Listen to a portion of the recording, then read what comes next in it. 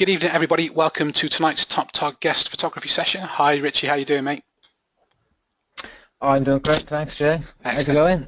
It's really good. We've been really busy, but we've chatted once today already, and I'm glad, really pleased to have you back, Rich. So we had a great series of webinars that we did. I think it was about this time last year, if I remember correctly.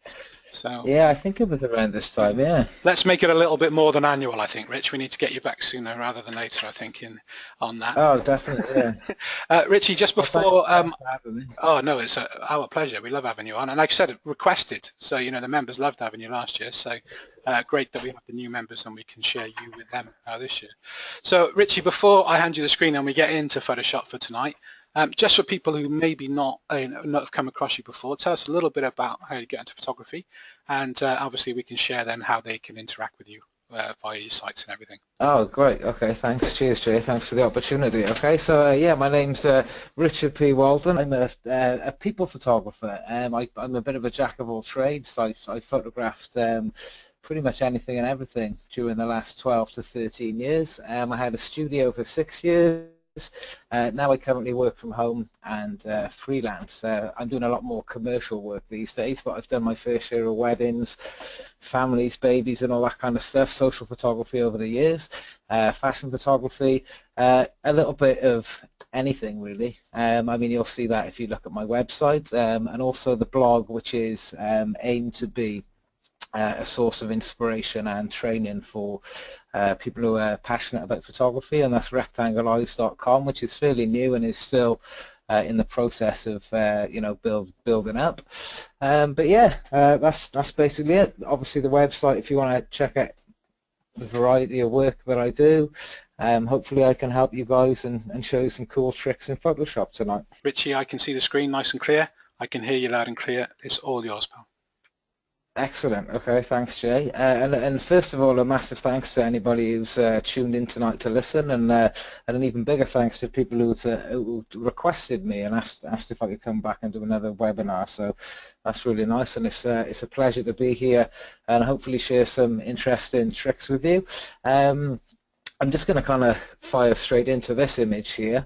I don't want to talk too much about myself or anything, but I'll go at a sort of pace that hopefully is a comfortable pace for everybody to take things in. Everything that I'll be showing you is basically just within Photoshop. I do use the Nick filters at times, which and now they were taken over by Google, I think, and you can actually download the Nick filters for free now. So if I do use those and you haven't already got them, NIK, just type in NIK filters into Google and you'll be able to find that and download it, and they're actually really amazing. I actually paid for mine a couple of years ago. Okay, so I'm just showing you an image here, which is this is the kind of final image, and I'm just going to show you how this image started off in the back of the camera. So I'll just close that down and bear with me while I come over here.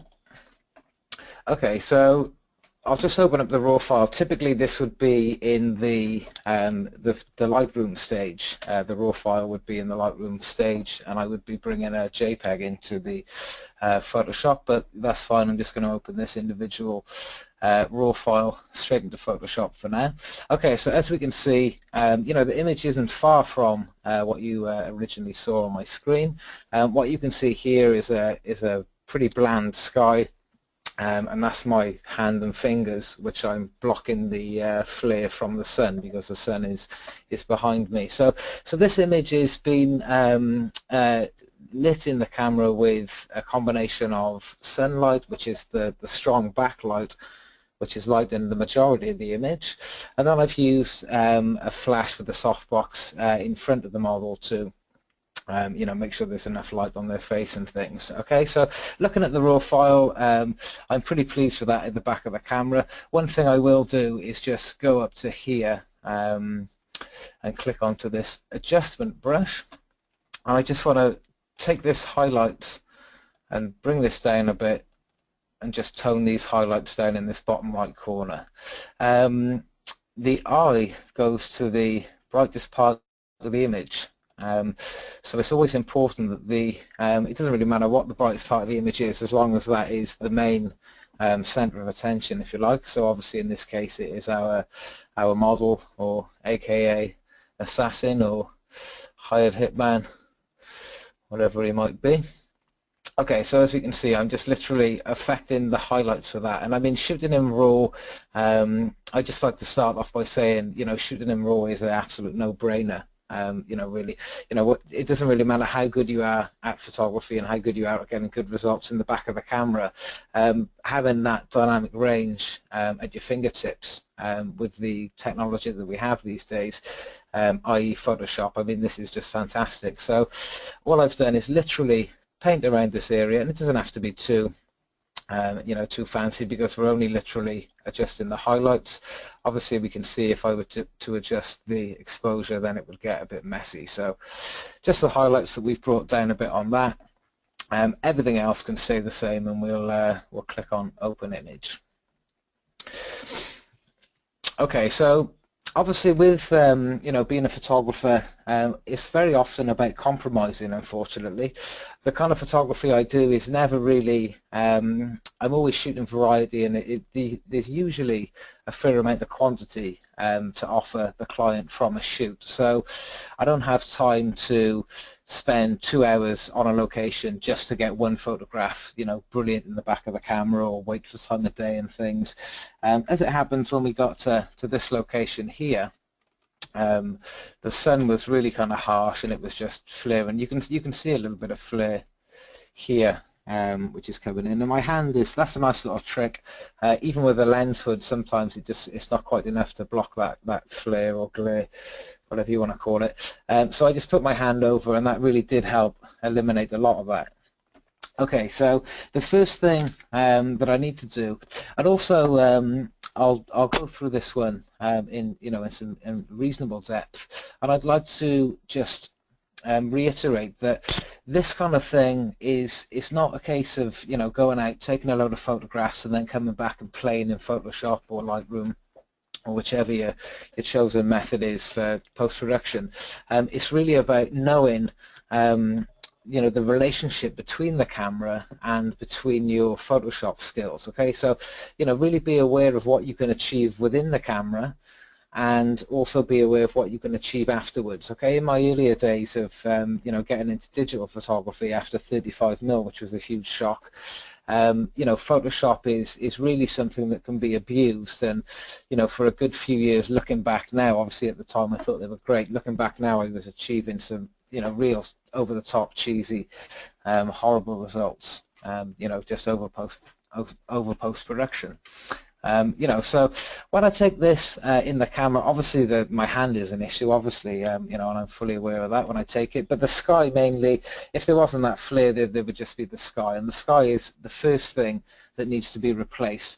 When I take this, when I took this photograph, I knew that straight away, and then I have to ask myself, right, is this going to be something that you can do quite quickly, or is this going to take ages? Now, if it's going to take ages, depending on the commission or the job, you know, you have to kind of weigh that up. You know, are you being paid by the hour post-production, blah, blah, blah, or, you know, is this a case of, you know, they've paid you X amount, you've promised them X amount of photographs, and, you know, you need to deliver that. So it doesn't have to be complicated, and it doesn't have to cost lots of money with plugins and things. I mean, there are plugins out there where you can swap skies and things, but personally for me, being quite tight and trying to save money where I can, generally I don't buy plugins, although I did buy the neck filters, but they were really good.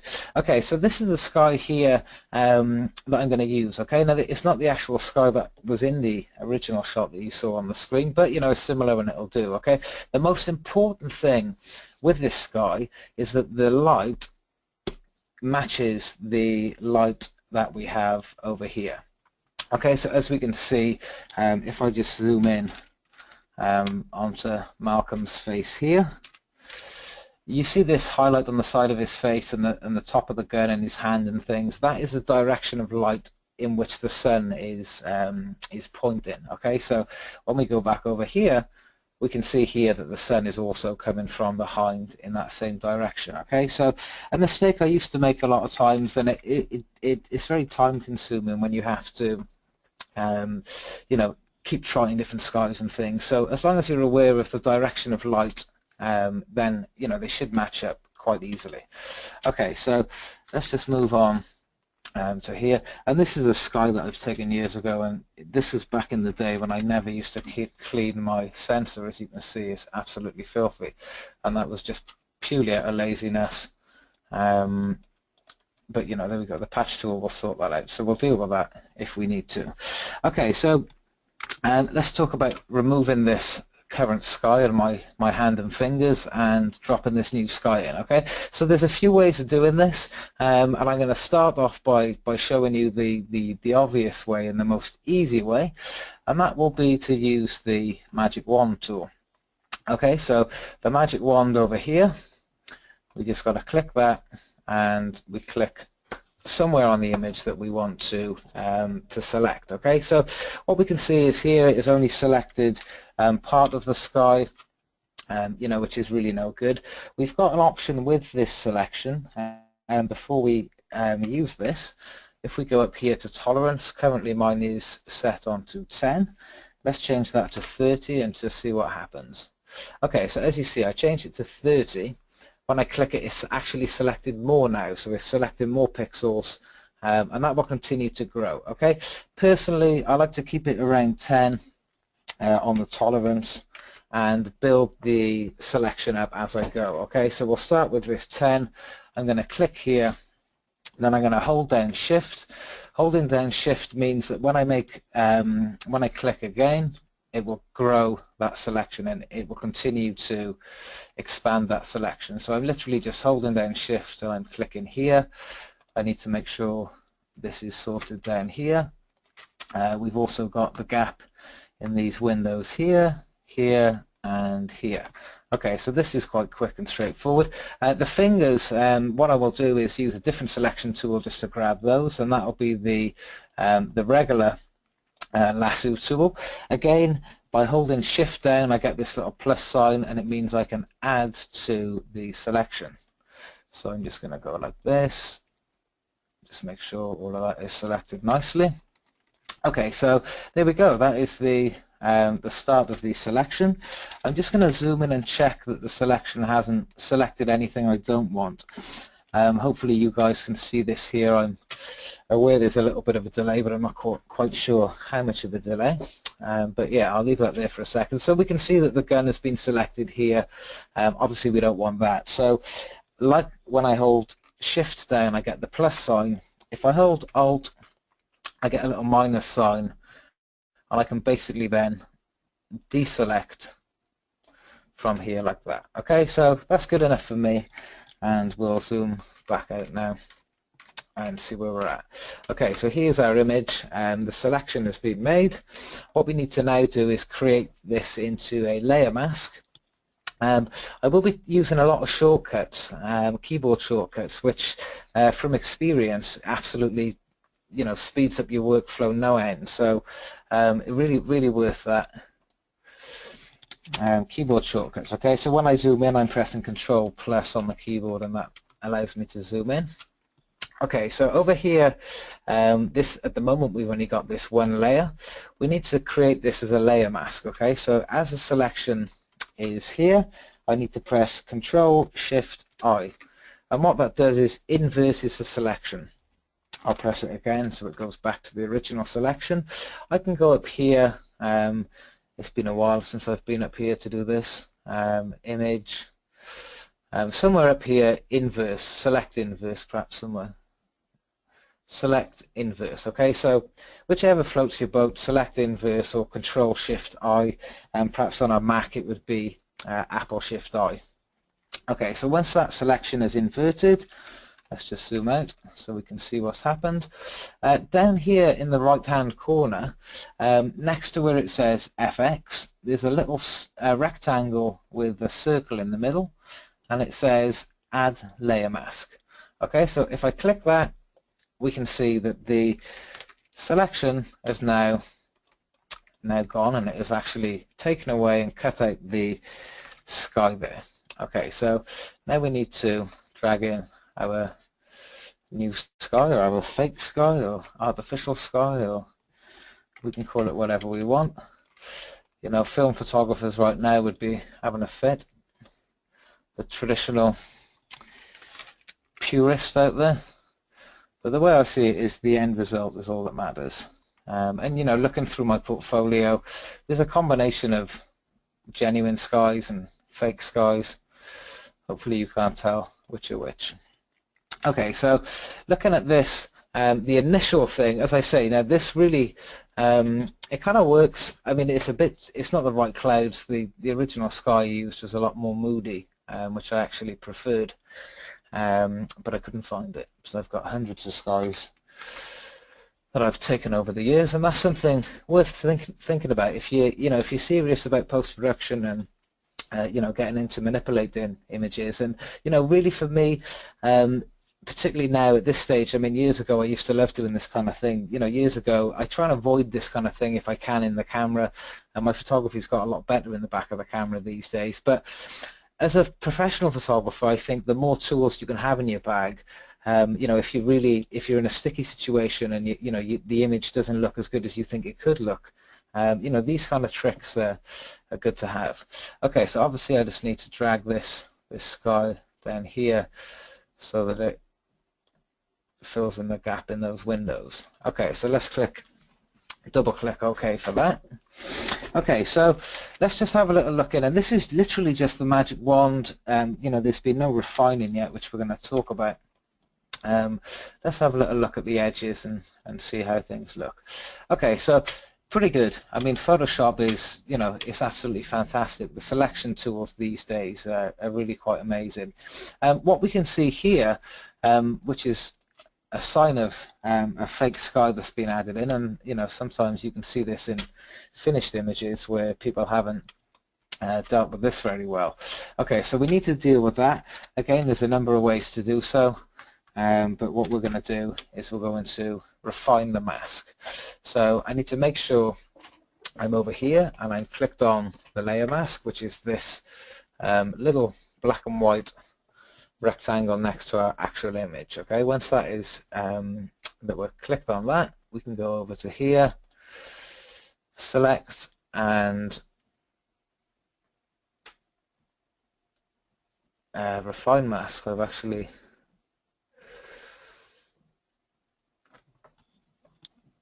right, bear with me, sorry, I've just had a little moment where my mind has gone completely blank.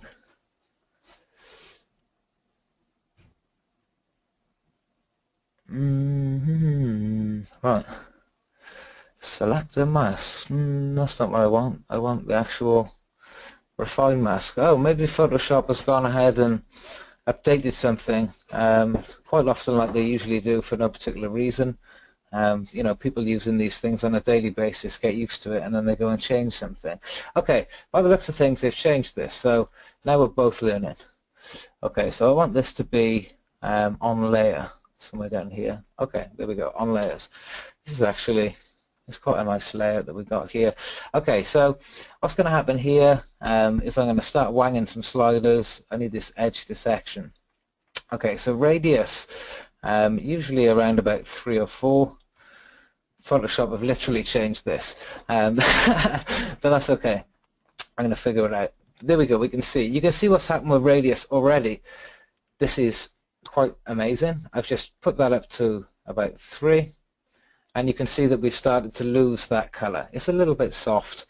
There we go, it's clicked in. I'll just leave that there so you guys can hopefully see that that's caught up to that. Sometimes contrast, around about 35 to 40% is usually pretty good. I don't want to, you know, give you exact figures because it really varies from image to image. If we look at that. Okay, so if we have a little buzz around the image, we can kind of see that's kind of done a pretty good job. There's still a tiny little bit of purple there, but we'll deal with that later if we feel necessary. Okay. Okay, let's just have a little look and bring smooth into play. And sometimes shift edge, as we can see here. Hopefully you guys can see this little kind of There's probably a technicality, a technical name for it. Just kind of annoying, colourful stuff. Doesn't have to have a name. Shifting the edge. If we shift the edge, it should eat away at that. I'm just going to let this catch up. Okay, you know what? I mean, I'm pretty satisfied with that. One thing to think about is with any post-production like this, the image really is designed to, you know, be looked at as a whole. Okay, it's very rare that, you know, people are going in this close, you know, with a magnifying glass and checking things out. I mean, you can see we're starting to lose quality and get some pixels coming in at this rate anyway. Okay, so I'm happy with that. As you can see, when we zoom out, that's looking pretty cool. Okay, so we're just going to click OK on that. And here we have now our kind of base image. Imagine this was shot out of camera. I'll just do a little history state of that, and that's really handy. You just click out this one here. This is how I have my Photoshop set up, but look for your history. Press this little camera down here, and what that does is take a snapshot, if you like, of that image in that current state. If I then click here, we go back to the original. I can click that and it'll take it to that. I mean, look at this already. It's phenomenal, phenomenal. The difference is great. That sky kind of looks like it belongs there. It's a little bit blue. We'll desaturate that a bit, I think. Okay, so that history state is where we're working from. We'll create a few of these along the way just so we can go back and have a look. Okay, something else to be aware of. As we look down in here, we can see, we've gone in a little bit too close. What we can see here is obviously all these little gaps in the trees. And because we use the magic wand tool, it would have been very time consuming to go in and click each one of these. So all we need to do is make sure that we are clicked onto our layer mask. Over here we're going to take a brush tool. I'm using the bracket keys to make my brush larger and smaller, or at least I thought I was. What's happening here? I think I'm getting a little bit of lag. Oh, here we go, it was huge. Sometimes you never know if the brush is huge or small. It was huge and I was trying to make it bigger. Okay, so as I say, keyboard shortcuts. The difference between, hopefully you guys can see how quick this brush is getting larger and smaller. Literally I'm just pressing the right bracket key or the left bracket key to make it smaller. The other alternative is to go up here and physically slide this, have a look, slide it some more, have a look. Tedious, you know, no real way to work if you're looking for speed, so I'm just using the bracket keys. Because we are on our layer mask, I can bring back some of the original image under here, and I'm just on 20% opacity. If I change that to 100, you'll see what happens, and it really brings back in the original sky. Okay, now, oh, this is a perfect example because this looks terrible over here, and I'm just going to make this brush quite big and just sort of kiss the edge of this here to get a bit of a blend going. Hi, Rich. I think the playback is frozen, so we can hear you, but we haven't seen anything. Oh, right. Okay. What would you suggest, Joe? What should we do? Well, it seems to be catching up now. Are you in Photoshop at the minute, Rich? Did you just jump out of it? Yeah. I jumped out and now I'm back in. Yeah. Okay, we seem to be back in there now. Can you just, if you do something on the screen for us and let us know?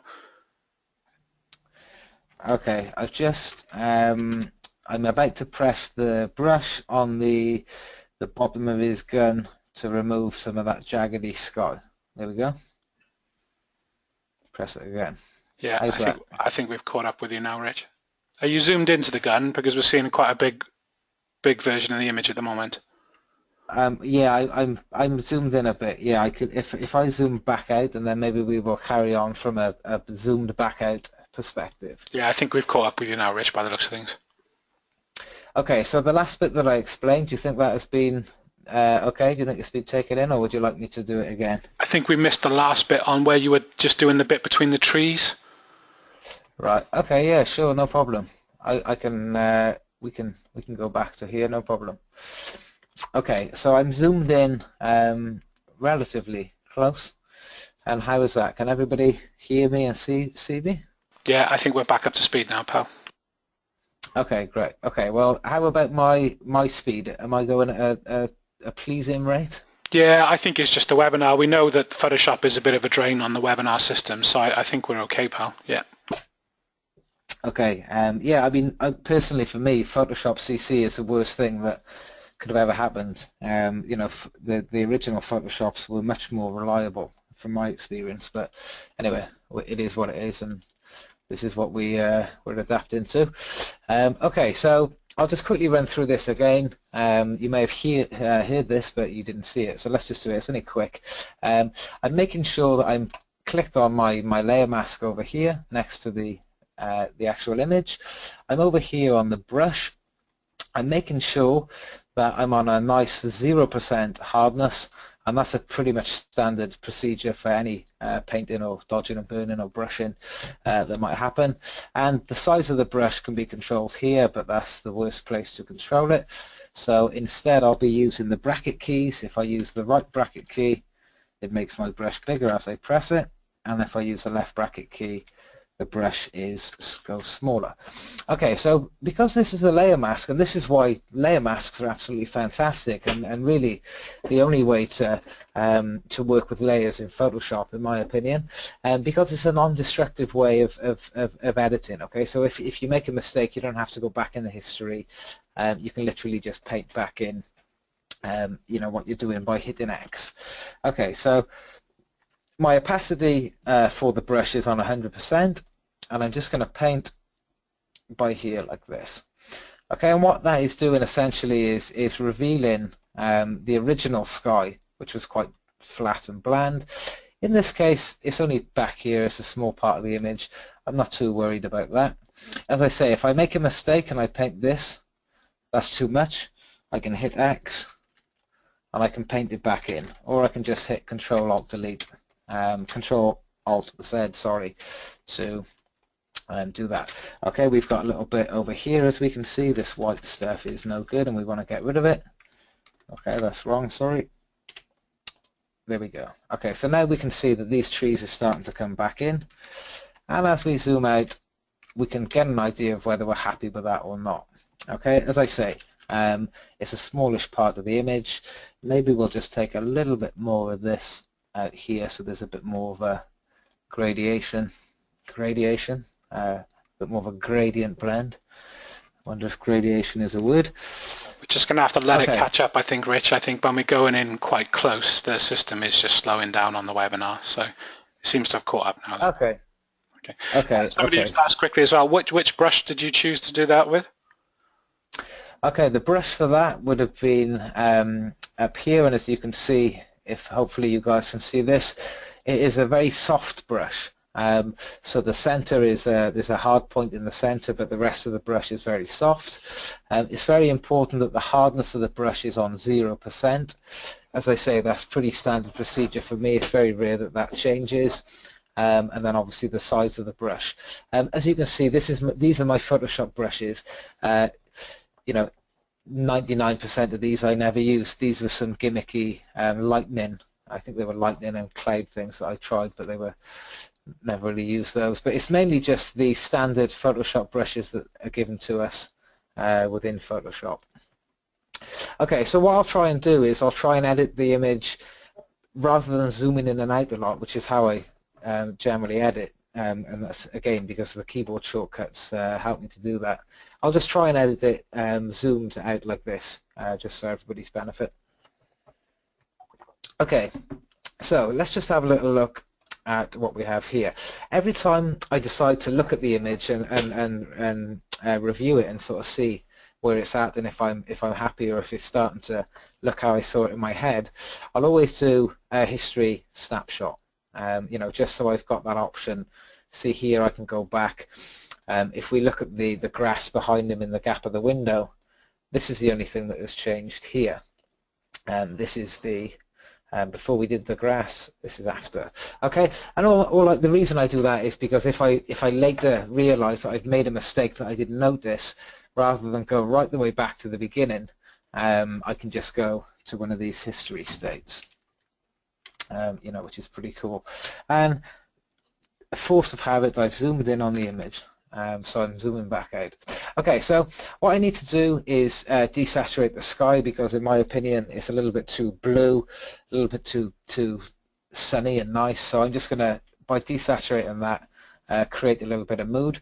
I haven't already flattened the two layers, so as we can see at the moment I have a sky layer and I have my original photograph. So what that means is I can just edit this sky on its own. So if I go up here to image adjustments, hue and saturation, and again obviously I'm only affecting the sky right here now, so I can bring that right down to nothing, to grey, or I can just bring it down. So there's a little bit of something there, but it's not kind of too bold. Okay, when it was up here, it's just kind of too blue. There's nothing else blue in the image. It just doesn't really suit the kind of mood that we're going for. Okay, so I'm literally just going to desaturate that round about there, and click OK, and that's basically that. We could even do another history state just so we can have a quick look at what we have achieved there.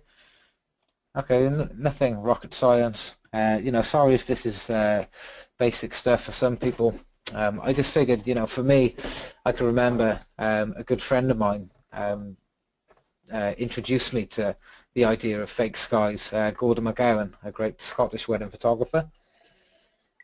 And you know, really when I realized that you could do this, it absolutely blew my mind, and it did have a huge impact on you know, my photography for a long time.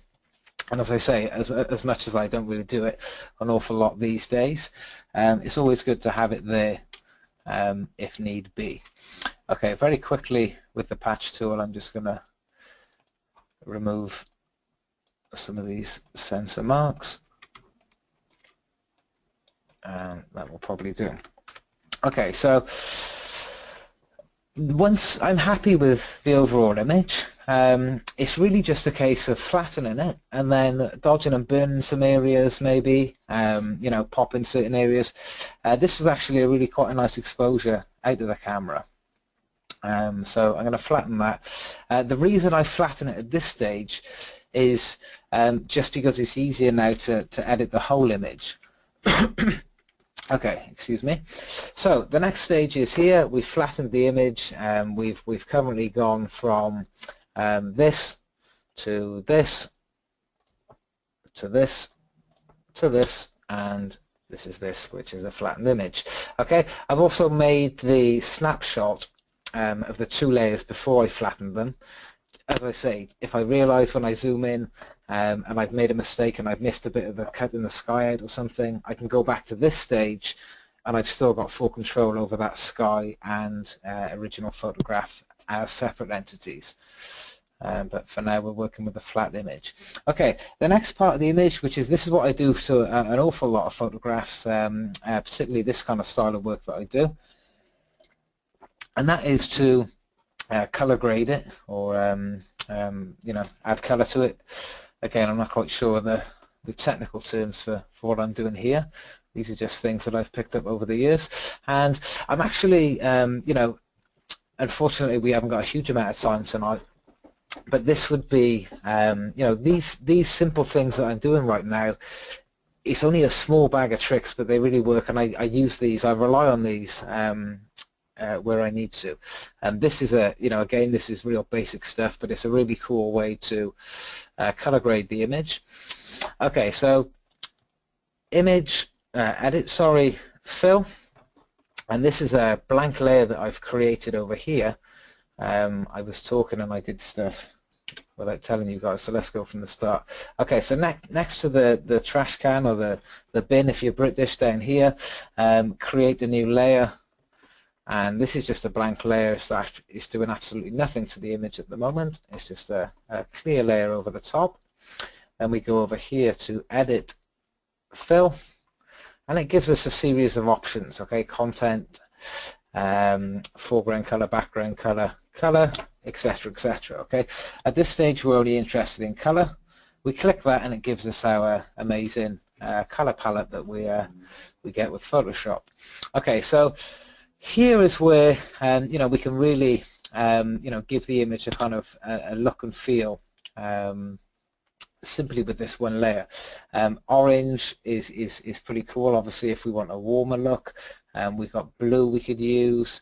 Let's just do orange for this particular time, and we'll give it that kind of warm end of the day kind of vibe. Somewhere around here.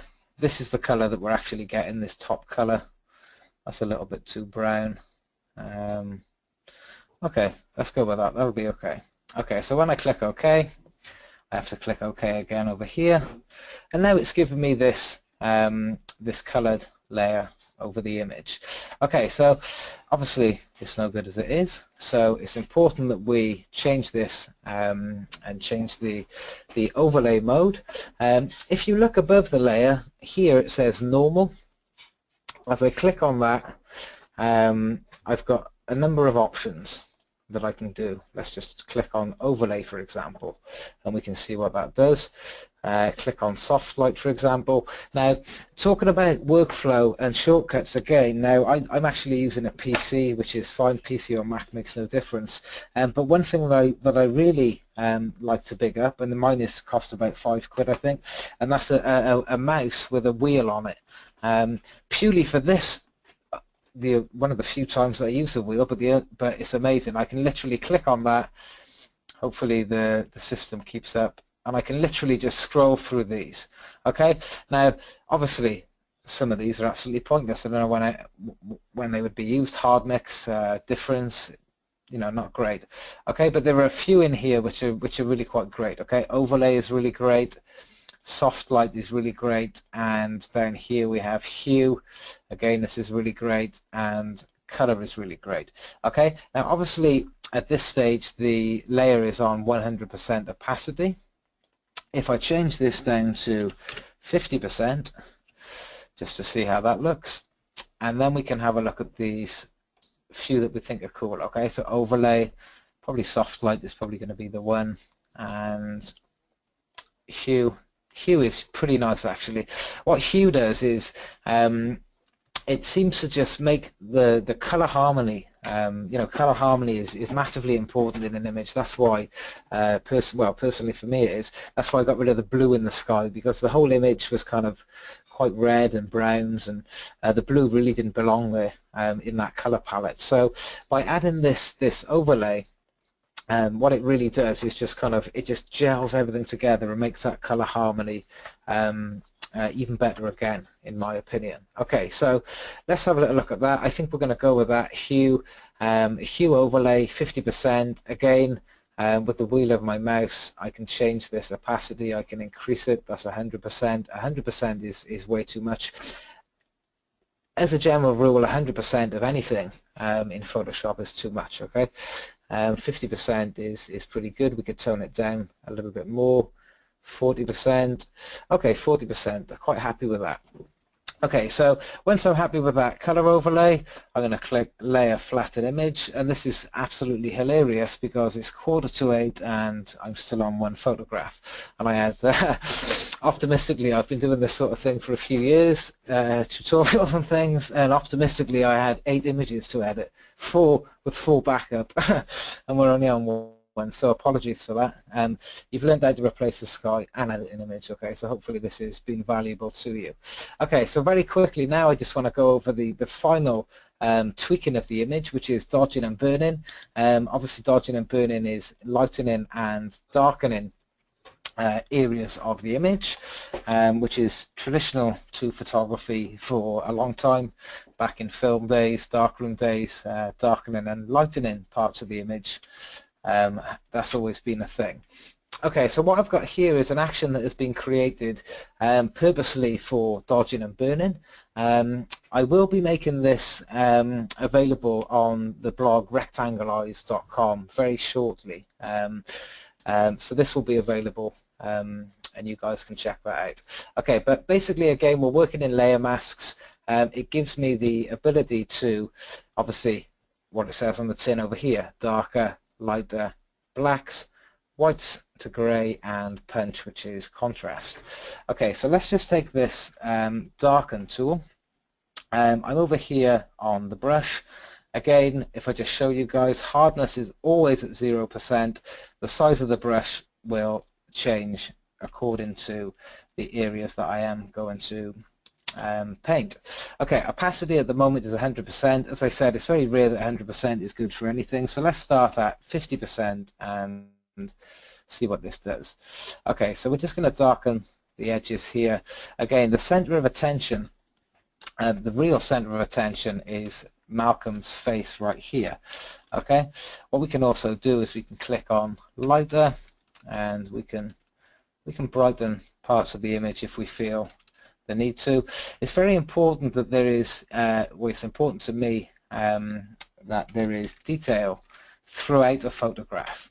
Okay, blacks, solid blacks with no information, and solid whites with no information, really a mistake made in camera, as far as I'm concerned. Okay, so sometimes where there might be darker areas, we can brighten those afterwards. As long as there's detail there, they can still be darker than the main subject, but we really want to make sure there's information throughout. Okay, so I'll just take this lighter tool here. Again, because I'm using the shortcuts, I can make my brush bigger and smaller. What I can also do on my numlock numbers over on my keyboard, which is the set of numbers off to the right. Again, if you haven't got that keyboard, make sure you get that, because it really will speed workflow. I can change the opacity of my brush by typing a number. So if I press 5, it gives me 50%, 2 gives me 20%, 1 gives me 10%, and so on. Okay, 7, 70%. You get the idea. The number relates to the opacity. Okay, so 70% is way too much. I think just 10%. Just going to brighten his face a little bit here. And as I paint over this, every paint that I do is just giving 10% slightly brighter.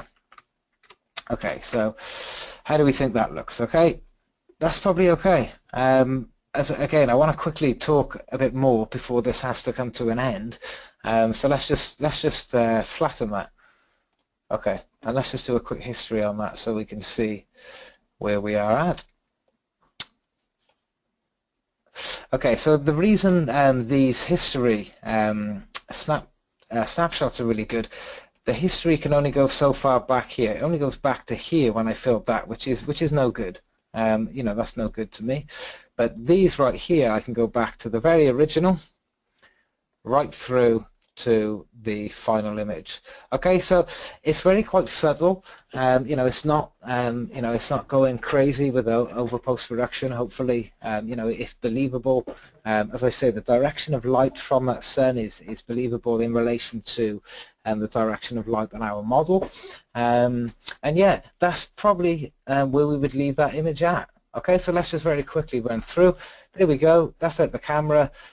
That is dropping the sky in, refining the mask a little bit more, and desaturating the sky. I can't remember what that one was. That was with the color overlay on, perhaps. This is the final image. Okay, so here we go. Original and finished image. How are we doing, Jay?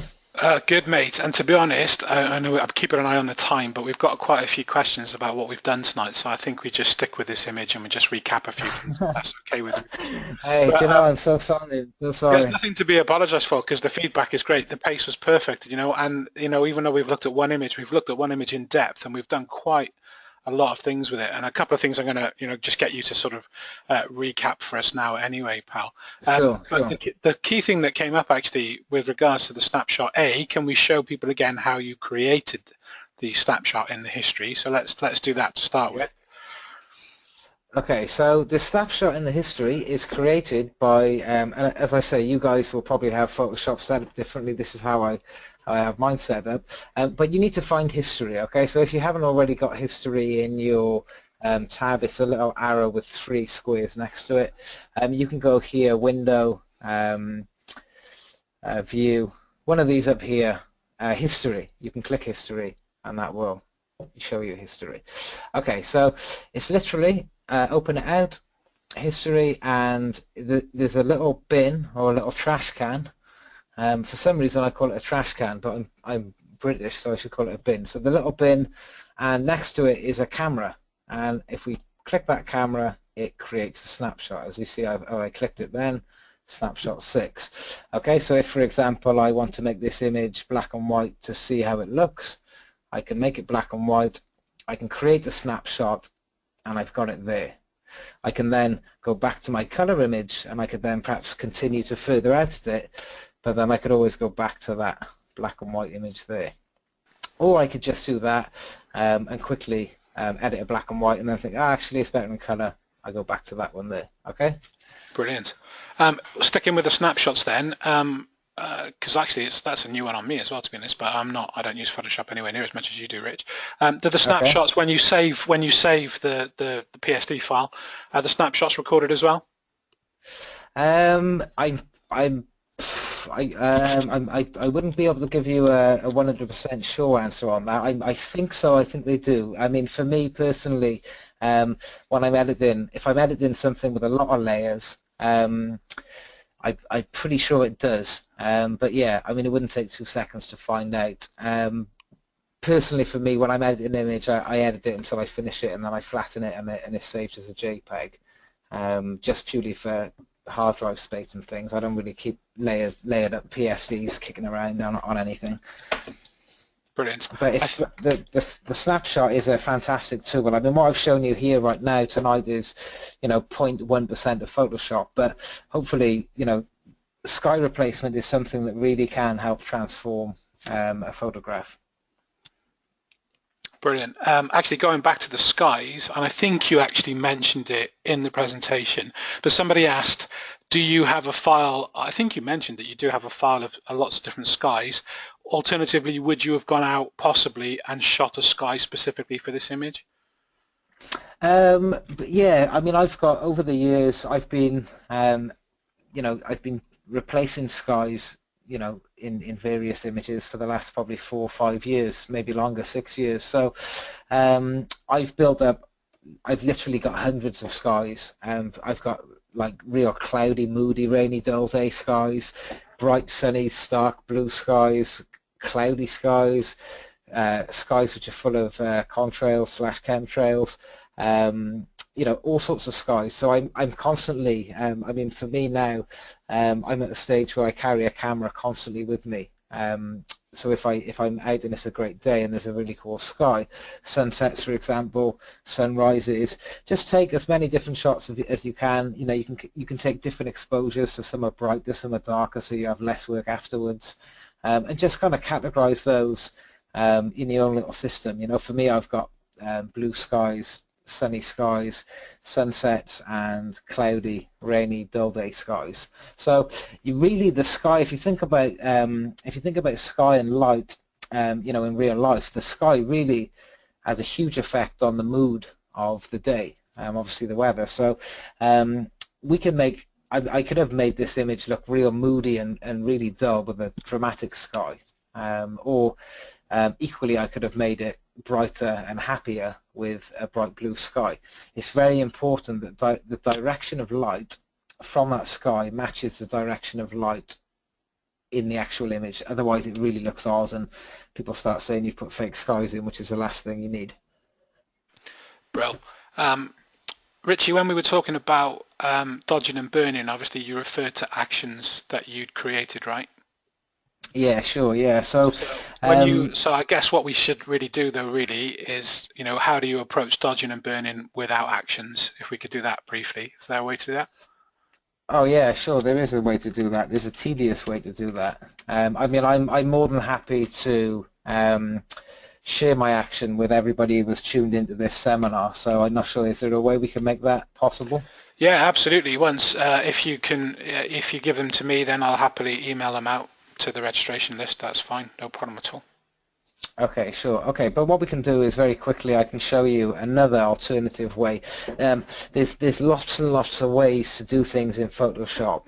You know, there's more than one way to skin a cat in every aspect of Photoshop. You know, so some people might say, oh, there's a better way of doing this, there's a quicker way of doing that, or you can do that. Absolutely. You know, and I'm not here to say that I know all the ways, but this is a way, and it's been a long time since I've done this. But let's give it a shot. Okay, so we create a blank layer bottom right, which again is next to the bin. Once we've got that there, again that is just a blank layer sitting on top of the image doing absolutely nothing. And we're going to go to Edit, Fill again.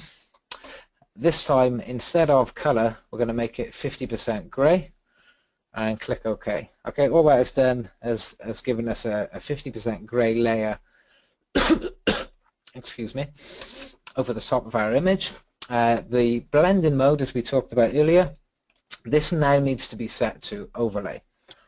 Okay, and what that means is you can't see any effect of that image, of that grey layer, okay? But it is there and it will do something. So now we go over here to our dodge and burn tools that Photoshop supply us with. So we're here, dodge tool, and dodge will basically lighten the image, and burn will darken the image. Again, we're dealing with percentages up here. So at the moment we have 100%. We're making our brush larger and smaller with the bracket keys on the keyboard, and I'm pretty sure that's a standard Photoshop preset. If the brackets don't make the brush bigger and smaller for you, you can go into your Photoshop preferences and set that up, or you can set any keys to do anything you like. But I just use all of the standard ones that Photoshop give. Okay, so obviously at 100%, it's going to be quite strong. Okay, so I'll just go over his face just so you guys can see the results. Okay, this is 100%, 100% again. I'm just keep painting. Okay, now the beauty of this is, obviously that is terrible for a reason. If I go, oh my god, this is absolutely shocking, you've wrecked it, I can just delete that layer and say quickly, delete that layer. And we could do it again, or we could go back in the history. Again, same with lightening parts of the image. We just go over here to our dodge tool, and let's find something that we might want to light. Maybe we'll lighten up this. Well, actually, you know what? His foot could do with a little bit of brightening anyway, and we'll lighten this bit of wood that he's on. So I'm literally I'm painting. Because it's a very soft brush, I can be quite kind of sloppy with it. You can see that you know, this is okay. Maybe this is a little bit too much here, so I'll just quickly go back to the burn tool and just burn the bottom of the foot in here, like that. Okay, so I'll just do that quickly. I mean, that's not something that I do. I haven't done that for a long time, but that's just basically that. So create the grey layer. You can see what's happened here as I turn the layer on and off. Layer off, nothing's happened. If we look at the piece of wood that he stood on, you can see that that's been brightened. Terribly, I might add, but it was purely just for a quick demonstration. Okay, any more questions regarding this? Yeah, just a couple, mate.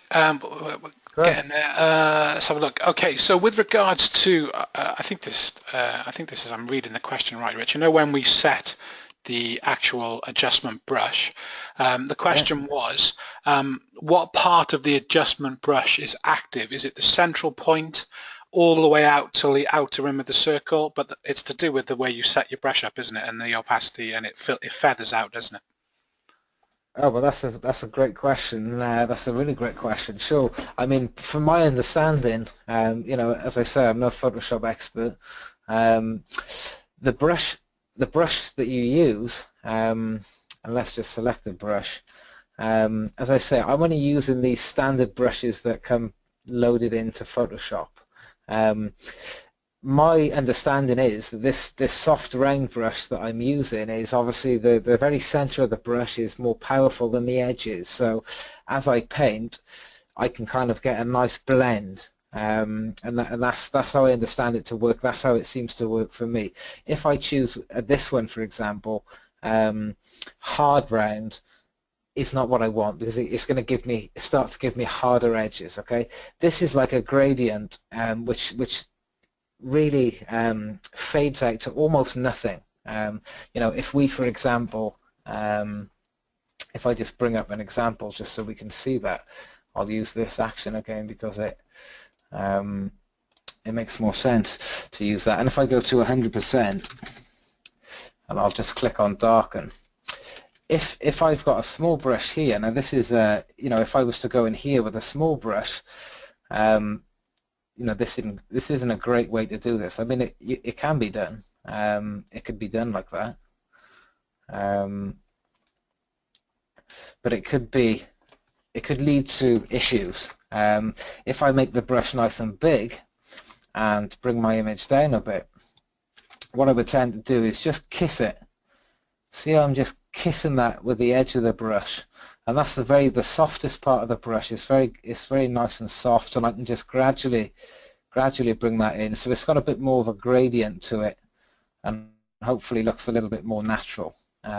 We could do the same down here. Rather than, obviously, if I needed to darken this whole area, then I would paint like this. With the X layer mask, I'll paint that back out, and just kind of do the edges, kissing it with the edge of the brush there, just creating a vignette basically, like that. So that is the explanation for that, for the brush. And I, to be honest, I mean, I've never changed that brush. I mean, I have changed it, you know, in the experimental days, but you know, probably for the last 5 years, it stays on soft round. Perfect, bud. Actually, going to finish round things up really with this sort of generic question. What is the best? Somebody's, you know, very new to Photoshop, has spent a lot of time getting their head around Lightroom, still, you know, still working hard at understanding Lightroom. But what's the best advice? Because they're saying they're hesitant to get into Photoshop because they find it, I guess, a bit daunting, I suppose. But Sure. I think you know, before I get your answer, much like you've done tonight, we've spent an hour really on one image. It is just for me, it's putting time aside and just learning it one step at a time. And before you know it, it sort of becomes a bit like second nature. And then when you do things repetitively, I don't know how you feel about that. That's how I feel about it. Oh, absolutely. I mean, like anything in this life, you know, practice makes perfect. So it's really a case of man hours. It's easy for me to sit here and show you this in, obviously, in an hour, which is, you know, I'm amazed that I've taken an hour on this image, but I'm really trying to, you know, explain it, so hopefully you can actually take this away and actually learn from it. If I was doing this on my own, this would take me, you know, 5 minutes, 10 minutes maximum, and that's all I'm prepared to spend on an image, unless it's for something special, you know, but that's a rarity. Photoshop and Lightroom, you know, my relationship with the two is, I started off 13 years ago taking photographs on film. I shot on film for a couple of years, and then all of a sudden digital became this thing, and I got straight into digital. My photography was so bad that without the likes of Lightroom, it was actually a program called Raw Shooter back then, if anybody remembers that, which was really raw software. You know, my photography really was so bad, it was you know, you couldn't give it to anybody. So I had to learn how to save really bad photography, and I did this for probably a good 4 or 5 years, where I was taking real bad photos in the back of the camera, and I was spending time afterwards, you know, learning Photoshop, learning Lightroom to save these images, hence putting a fake sky in. I haven't put a fake sky in an image, well, in this year I've probably done that twice, you know, out of a lot of shoots I've probably only done that twice, but it's there. You know, none of this is a waste of time, because that one day where you need to get this shot, and it's an important shot and it needs to be as good as it can be, you might go, do you know what, I'm going to spend 10 minutes and drop a fake sky in there. You may, the position I'm in currently now is, when I'm on the shoot, my thought process is, right, how can I make this image as good as I can in the camera with minimal Photoshop, if any? A lot of the work I'm doing now is literally goes in Lightroom and comes out the other end and doesn't go into Photoshop. So, you know, that's where it is. So, as I said, I can sit here and go, yeah, it takes 5 minutes, it's easy. This is essentially 13 years of you know, learning and understanding and you know, just being passionate about it. So I would always encourage people to, you know, learn the basics, and I'm really talking basics. I mean, there's things right in front of me here. Photoshop, I mean, this over here, channels, paths, I don't know what they do. God knows what they do. I don't know what they do. I can click in these menus, which I very rarely click in. There's things here, I wouldn't know what they do, you know. So you don't need to know you don't need to know it inside out, but if you can understand lighting and dodging and burning, then really that's all you really need to know. And you know, that's enough. So if you're learning Photoshop right now, stick with it. I mean, we're in an absolutely amazing time. I mean, when I was learning Photoshop, I was fortunate to work for a studio with two guys, and they taught me the basics of Photoshop. You know, which was a building block, and I went on from there. But there is, you know, some people out there who are very, oh, you know, I don't Photoshop my images, I'm a purist, and I take them in the back of the camera, and you know, really that's fine if you know, if that works for you. But the most important thing is the final image. I don't care if it's been taken on a camera phone, I don't care if it's been taken on a Canon or a Nikon or a Fuji, or I don't care if it's a medium format camera. I really don't care, and I've never looked at an image and really thought about that. I've just looked at the image and sort of, you know, if I like it, I like it. So the end result is the most important thing. If it takes 5 minutes of Photoshop to get the best end result, then that's what I'll do. If it takes nothing and I can get it in the camera, then you know, that's good as well. So embrace Photoshop, embrace Lightroom, embrace technology, embrace the modern technology that we have at our fingertips, because everyone else is, you know, you see some of the best photography out there, and I can guarantee there is an element of post-production involved, even if you're just talking about skin retouching and that kind of thing. So it's something to be embraced. As I say, the more tools you can have as an individual, the more you can progress and the more you can offer people. You know, through, you know, me not knowing what I wanted to do as such, I mean, I fell into photography and I tried everything, and it's taken 13 years to really understand what I don't want to do. But I've learned a hell of a lot from doing those things. I would never look back at this as being a waste, even though I don't do an awful lot of this, you know, heavier post-production these days. Absolutely brilliant, Rich. Thanks for that, pal. And I just want to reiterate that, you know, Photoshop it can be a scary place, you know, but one step at a time. And if you haven't done already, and guys, if you're members of the Photographer Academy, Photoshop in 7 days was the latest series that Mark made, and they're all bite-sized clips, 5 minutes at a time. Just learn something new in a coffee break. Go out and practice it. And as Richie said, you know, it is practice, it is time, but they are invaluable tools, and they eventually, you know, where needed and where used properly, will definitely take your photography to the next level.